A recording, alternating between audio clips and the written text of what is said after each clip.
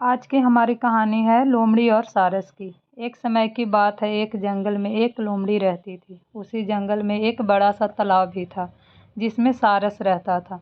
लोमड़ी अक्सर तालाब में पानी पीने जाती थी और धीरे धीरे लोमड़ी और सारस में दोस्ती हो गई। लोमड़ी और सारस अधिकांश समय साथ में बिताने लगे।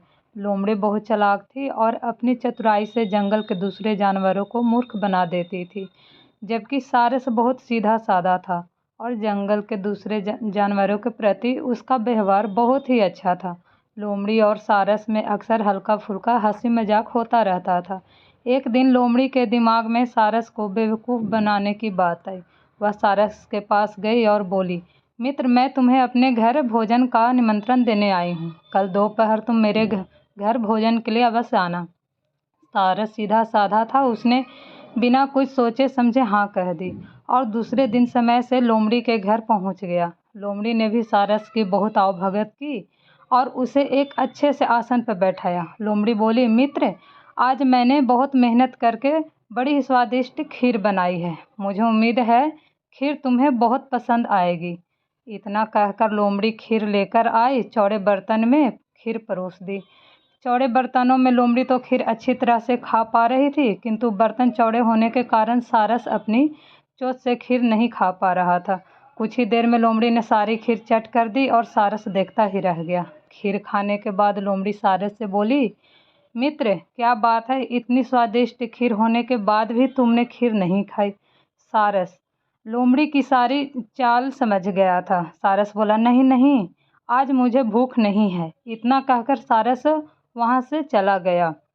लोमड़ी के घर से जाने के बाद सारस अपने आप को बहुत अपमानित महसूस कर रहा था और किसी भी तरह लोमड़ी से अपना बदला लेना चाहता था। सारस दिन भर यही सोचता रहा कि किस तरह लोमड़ी से अपना बदला लूं। तभी उसे एक उपाय सूझा। वह लोमड़ी के पास गया और बोला, बहन लोमड़ी, मैं तुम्हारे यहाँ दावत खा चुका हूँ, अब मेरी बारी है। मैं भी तुम्हें अपने यहाँ भोजन का निमंत्रण देने आया हूँ। तुम्हें कल दोपहर मेरे घर भोजन के लिए अवश्य आना होगा।